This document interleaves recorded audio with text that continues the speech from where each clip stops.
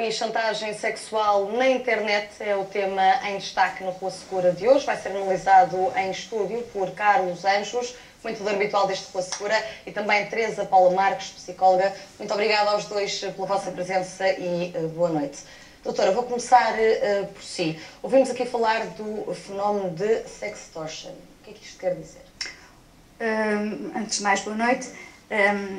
Vou começar pelo princípio. Ou seja, como é que isto tudo se processa? Habitualmente começa-se por uma situação de sexting. E o que é isto? É a junção de sex com testing, que consiste num envio. Inicialmente, quando começou, era um envio só de mensagens, atualmente é de fotografias e também de vídeos. Portanto, é o registro, o envio e depois a divulgação por uma série de pessoas. Pronto, devo-lhe dizer que em Portugal os estudos são escassos em relação a este tipo de fenómeno. Em 2010 há um estudo do projeto EUKIDS Online que apontava para que cerca de 3% dos jovens entre 11 e 16 anos já tinham praticado sexting e 15% já tinham recebido e divulgado. Portanto, 5 anos depois, aqui, com os smartphones, entretanto, a surgirem, muito mais baratos, obviamente quase todos os miúdos têm já um smartphone, certamente estes números terão disparado. Ora, o sexting é o início, como eu estava a dizer, que leva a 3 fenómenos distintos, mas igualmente graves. O primeiro, ao cyberbullying. Portanto, a pessoa pode, de facto, receber, ou mesmo ela própria gravar e depois partilhar com alguém que difunde pela escola toda, por exemplo, no caso dos jovens. O caso da pornografia de vingança, que estávamos há pouco a ver ali, inclusivamente, numa das peças, em que quando há habitualmente uma ligação entre a vítima e o agressor, habitualmente são ex-parceiros, portanto, e após o terminar da relação, há um que se decide, habitualmente o rejeitado, não é? Decide vingar-se do outro, difundindo imagens, quer de fotografias, quer de vídeos que outrora filmaram juntos, e depois esta questão do sextortion, que vai um bocadinho mais longe. Vai um bocadinho mais longe ainda, que tem a ver com, muitas vezes, abrir um falso perfil, digamos assim. Isto é mais comum, e eu depois já chegarei à notícia que nos faz estar aqui hoje, mas até agora era mais comum em jovens e sobretudo em meninas. Portanto, as meninas recebiam um pedido de amizade de um rapaz com bom aspecto, achavam que de facto era o rapaz, às vezes até algumas figuras públicas, começavam realmente a conversar por via da internet com aquele rapaz. Depois iam mais além, o rapaz começava a dizer-lhes para elas se exporem perante a câmara do PC, elas faziam isso. E depois começava a extorsão. Portanto, habitualmente, no caso das meninas jovens, não era propriamente de dinheiro, começaram a exigir cada vez mais. Portanto, se não tirares fotografias assim, assado, ou se não fizeres vídeos deste teor, eu vou mostrar aos teus pais, aos teus amigos, aos teus colegas, tudo aquilo que fizeste até agora. E isto ia avançando. Agora, curiosamente, o fenómeno está a ter como foco outro tipo de pessoas, que são adultos e homens. E isto tem muito a ver com a infidelidade, via Facebook e via outras redes sociais, que também passou aí na peça, porque de facto tem tudo a ver com isso. Tem tudo a ver com realmente as pessoas procurarem nas redes sociais uma via para encontrarem outros parceiros, e depois realmente caem nestas situações quando muitas vezes entram em diálogos comprometedores, digamos assim, que não gostariam que a sua parceira viesse a saber, e depois são chantageados neste sentido. Eu acho que o mais comum, de facto, no caso dos jovens, sobretudo adolescentes meninas. Neste caso, uma pessoa mais velha tem também mais hipóteses de pagar, por assim dizer, esta chantagem. Sara, pois, mas é que também por aí. Também já vamos analisar aqui pagar os traumas não resulta nada, não é? Porque vão exigindo cada vez mais. Daí que é bom que denunciem as situações, não é? Esse é sempre o problema da extorsão. Da extorsão, não resulta nada. É sempre que, quando se paga a primeira vez, está-se a abrir a porta para se pagar. Exatamente, vai ser numa escalada. Que já trabalha, o que eu acho que acontece, e tendo em conta, até, eu acho que isto remete-nos para outra questão, é a solidão da vida de hoje em dia das pessoas. E a má qualidade das relações amorosas entre as pessoas. E, portanto, a solidão porque as pessoas passam a vida a falar com o computador. Ou seja, hoje em dia, uma parte do tempo de algumas pessoas basta ir ao Facebook, com discussões de Facebook com amigos ou pseudo-amigos que nós não sabemos quem são e que muitos deles têm a fotografia de um cão, de um gato, de uma coisa qualquer, e por trás daquele cãozinho amoroso e daquele gato esconde-se não a Joana ou o Manuel, mas esconde-se um tipo qualquer ou uma senhora qualquer. E, portanto, essa é a solidão que cada vez mais graça na nossa sociedade. A outra, a má qualidade das relações. Eu acrescentaria, desculpa estar-te a interromper, ainda outra, que é o esbater destas fronteiras entre o privado e o público. Não mas é? só quem... As relações das pessoas hoje, mesmo as relações de intimidade entre homem e mulher, entre o casal, independentemente da formação do casal, como é formado, se é com dois homens, duas mulheres, um homem e uma mulher, é de tal forma, a relação é de tal forma débil e muitas vezes má, que leva a que o parceiro ou a parceira procure expor-se de uma forma que ele pensa que se está a pôr, ou ela que se está a expor e que ninguém sabe. É por isso mais fácil chantagear. E é mais fácil hoje as pessoas expõem-se na internet, mandam fotografias. Se formos já à internet ver até os nossos amigos, as páginas dos nossos amigos, encontramos fotografias das nossas amigas, dos nossos amigos de férias na praia, como nós achamos que não éramos capazes de os ver noutra situação qualquer, em poses perfeitamente. O conceito de privacidade alterou-se completamente. E o que estas pessoas não percebem é que quando expõem numa página da internet, seja a página do seu Facebook, seja... que eu tenho os meus amigos que às vezes dizem, não, mas as fotografias que são um bocadinho mais ousadas eu só as ponho no privado. Como se na internet houvesse privado. Exatamente. Que é uma coisa, ou seja, há pessoas que acham que têm conversas no chamado privado, que é uma coisa, não, aqui ninguém toca. Basta nós termos o nosso computador aberto, na nossa sala ou no nosso quarto, com a câmara.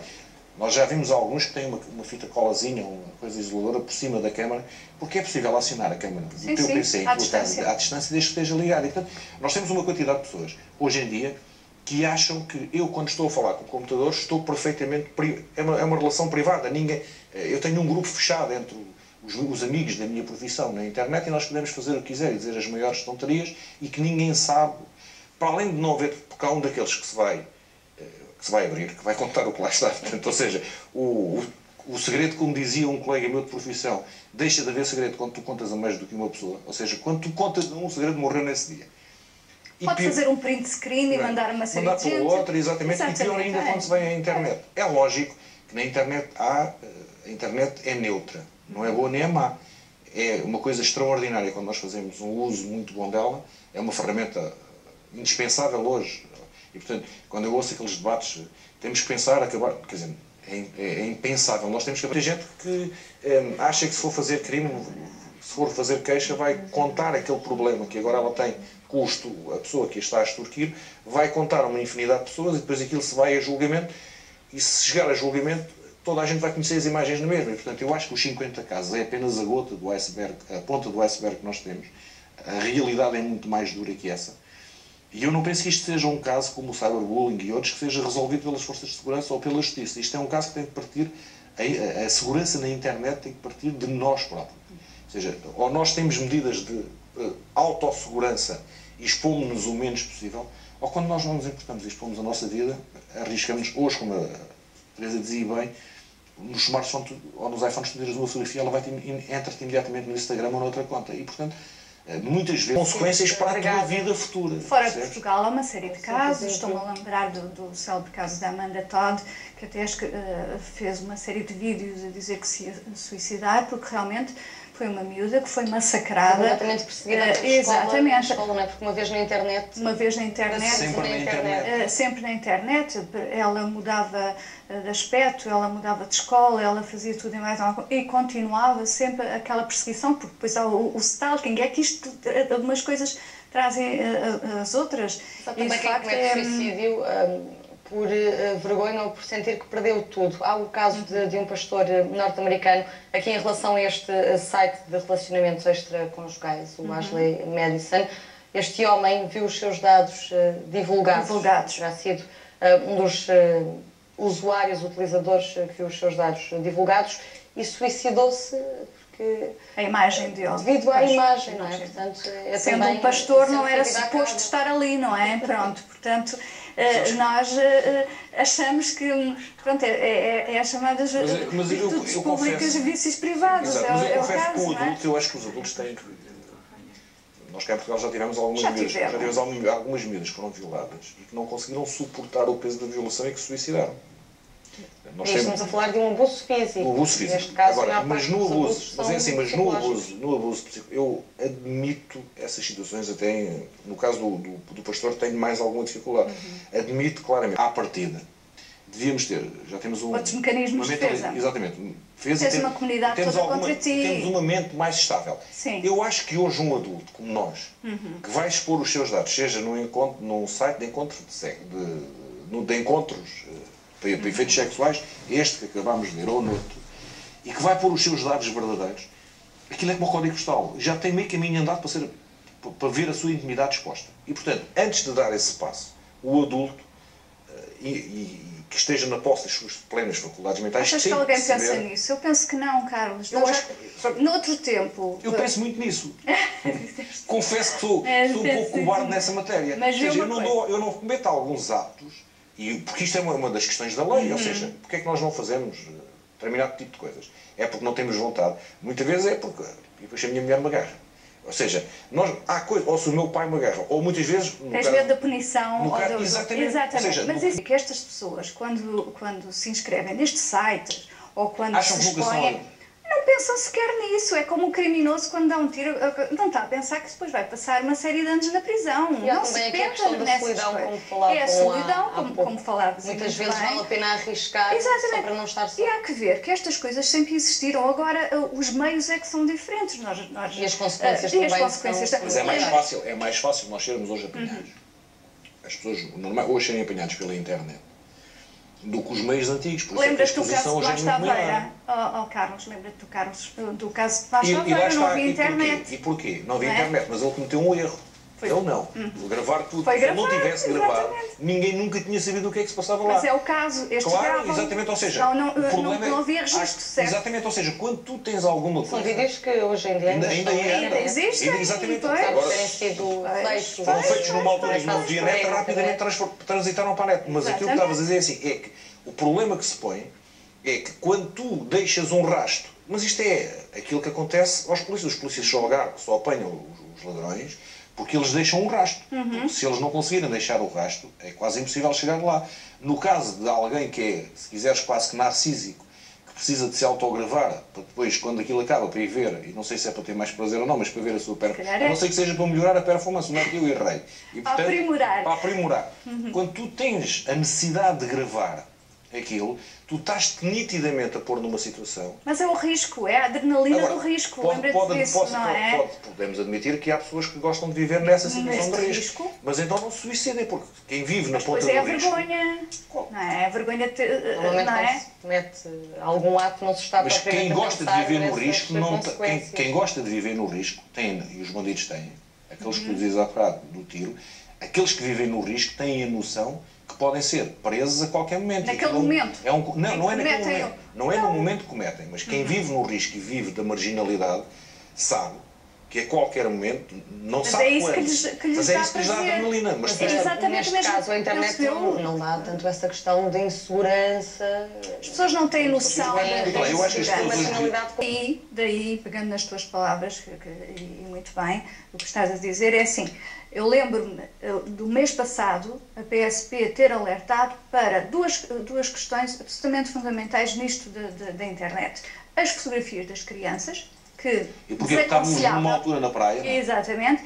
E as selfies, tanto que de facto gostam de tirar selfies para sítios arriscadíssimos, e às vezes é a última selfie que tiram, não é? Fica só o telemóvel e elas fica só o telemóvel. E para além disso, deixam a malinha ao lado e a malinha é retirada. Portanto, eram esses os dois também mais alertas por parte das autoridades em relação a estes fenómenos. Mas sabe o que é que eu acho? Nós temos uma uma sentença extraordinária do Tribunal da Relação de Évora, num caso de divórcio, sentença que eu acho que irá fazer jurisprudência e hoje já está a ser mais utilizada, foi quando num processo de divórcio, o juiz da primeira instância entendeu no fim do processo de divórcio e dizia assim, os pais não se conseguiam chegar a acordo sobre o regime de visitas dos filhos e a regulação do poder paternal.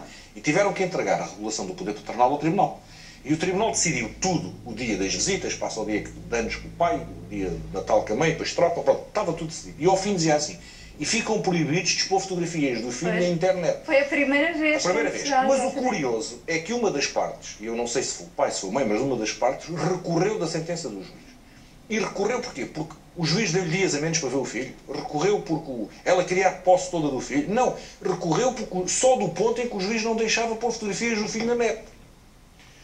E isto, quer dizer, e depois o Tribunal da Relação veio dar razão ao juiz a dizer que o miúdo tem personalidade própria, tem a sua esfera jurídica, é pessoa e, portanto, enquanto pessoa tem que ser ele. Enquanto ele não tiver até atingir a maioridade para saber o que quer fazer e não pode estar a pôr-lhe fotografias agora que o podem prejudicar no futuro ou outra coisa qualquer. Mas o curioso é que foi esse o ser ponto um tribunal de discórdia. E foi aquele ponto, o único ponto do recurso foi aquele. E eu, que acho que a PSP fez bem, como a Judiciária esta semana fez bem em alertar para a questão que estamos aqui a discutir. Exatamente. O drama é nós, e isto é que é dramático, é terem que ser as autoridades a vir-nos alertar quais meninos pequeninos, os senhores não façam isto, porque isto pode-vos ser prejudicial. Quando eu acho que nós devíamos ser suficientemente adultos para tomar a decisão de não fazer. E esta consciência dos perigos, não é? É um tema que voltaremos a abordar noutra altura, com certeza, e escutamos o nosso tempo de conversa. Muito obrigada, Carlos Sanches, Teresa Paula Marques. Foi um prazer e é sempre um prazer. Vamos fazer um curtíssimo